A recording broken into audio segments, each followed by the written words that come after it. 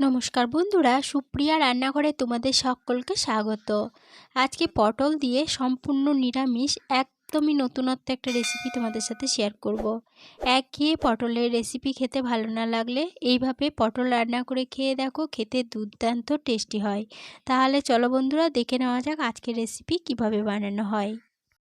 পটল দিয়ে রেসিপি বানানোর জন্য এখানে নিয়েছিলাম 10 পিস পটল।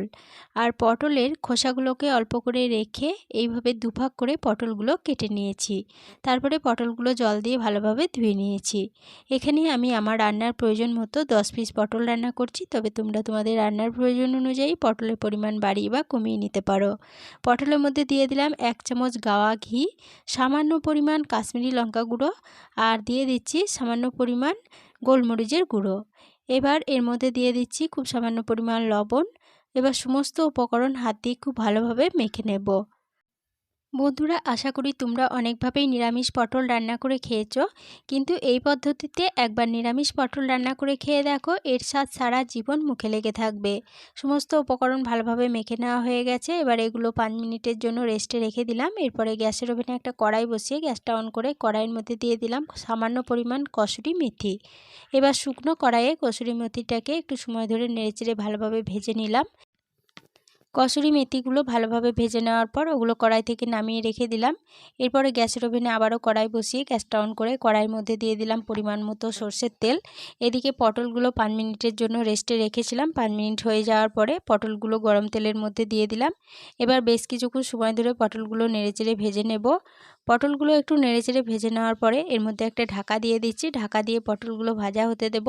পটলগুলো ভাজা হতে থাক, আর সেই ফাঁকে মশলা রেডি করে নেব। তার জন্য এখানে একটা মিক্সিং জার নিয়েছি। এবার এই মিক্সিং জারের মধ্যে দিয়ে দিচ্ছি কয়েক টুকরো আদা। এখানে 1 ইঞ্চি আদাকে ছোট ছোট টুকরো করে নিয়েছিলাম। এরপরে দিয়ে দেব 4টে কাঁচা লঙ্কা। কাঁচা লঙ্কার ঝালটা তোমরা যেমন ঝাল খাবে সেরকম অনুযায়ী কম বেশি করে দিতে পারো। একটা মিডিয়াম সাইজের টমেটো দিয়ে মিক্সিং জারের ঢাকনা বন্ধ করে এগুলো বেটে নিলাম। বেটে নেওয়া মিশ্রণ একটা সাইডে সরিয়ে রেখে দিলাম। এরপরে আরও একটা উপকরণ রেডি করে নেব। তার জন্য একটা মিক্সিং জারের মধ্যে দিয়ে দিলাম 2 টেবিল চামচ টক দই। এরপরে দিয়ে দিচ্ছি এখানে 100 গ্রাম জল ঝরানো ছানা নিয়েছিলাম, সেই 100 গ্রাম জল ঝরানো ছানাটা এর মধ্যে দিয়ে দিলাম। এবার মিক্সিং জারের ঢাকনা বন্ধ করে এটা ভালোভাবে বেটে নিলাম। এবার এই মিশ্রণটা একটা সাইডে সরিয়ে রেখে দিলাম। এদিকে ঢাকা দিয়ে পটলগুলো 5 মিনিটের জন্য ভাজা হতে দিয়েছিলাম। 5 মিনিট পর ফিরে এসে ঢাকা খুলে নিলাম।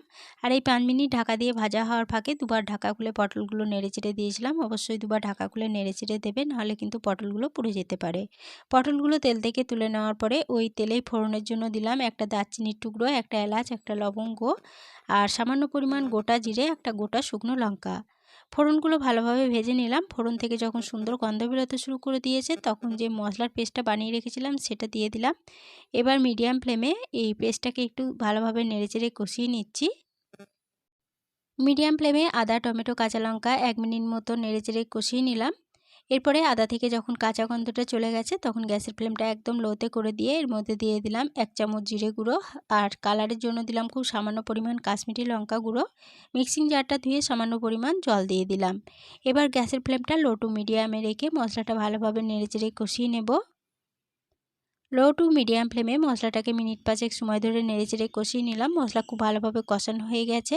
এবার এই মশলার মধ্যে যে টক দই ও ছানাটা বেটে রেখেছিলাম সেটা দিয়ে দিলাম।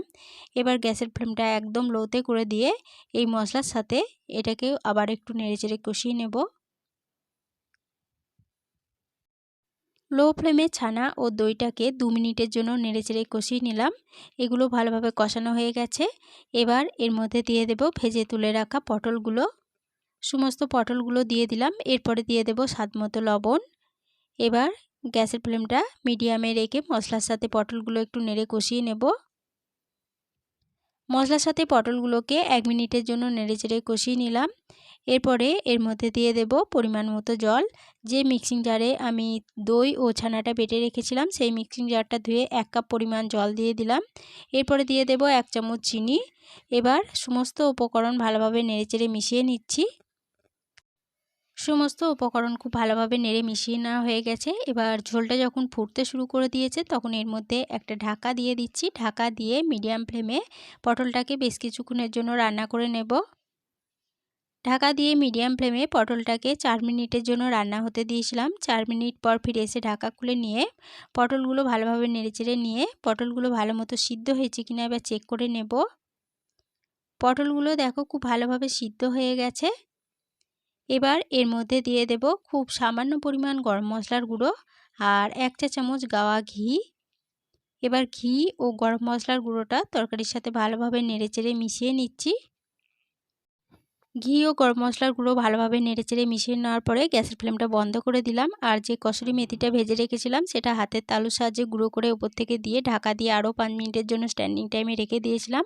পটলের রেসিপি পরিবেশনের জন্য একদম রেডি হয়ে গেছে। আজকের রেসিপি প্রথম থেকে শেষ অবধি দেখার জন্য তোমাদেরকে অসংখ্য ধন্যবাদ। রেসিপিটা ভালো লেগে থাকলে প্লিজ লাইক, কমেন্ট ও সকলের সাথে শেয়ার করে দিতে ভুলো না। নতুন বন্ধু হয়ে থাকলে চ্যানেলটা সাবস্ক্রাইব করে পাশে থেকো।